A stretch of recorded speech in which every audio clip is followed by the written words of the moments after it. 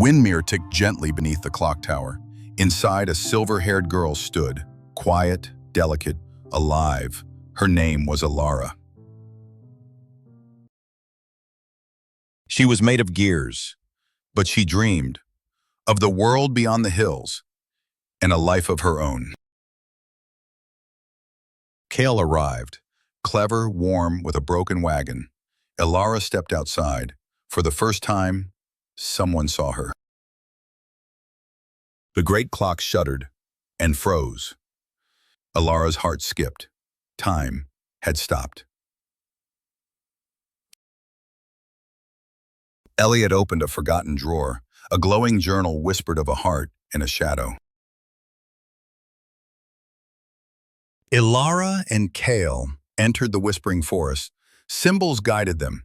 The trees seemed to watch. In a dream, Alara saw herself being built, loved. A tear fell. She was more than metal. She was his daughter. They found it, glowing beneath silver roots. As Alara touched it, she changed. She walked back glowing, alive, real. The village no longer feared her. They welcomed her. Lanterns lit the sky. Alara danced.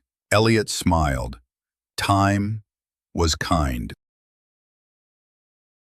She chose life, not as a creation, but as a girl who felt everything. Nana. The tower was hers now. She turned gears with purpose. The village ticked on. Birds flew backward. Candles burned in reverse. Alara's heart skipped. Something was wrong with time. In a hidden chamber, they found a sealed clock. Its message read, 一将一满我 when one heart awakens, another must sleep. In sleep, Alara saw her, a girl of fire and shadow. You stole what was mine, she whispered.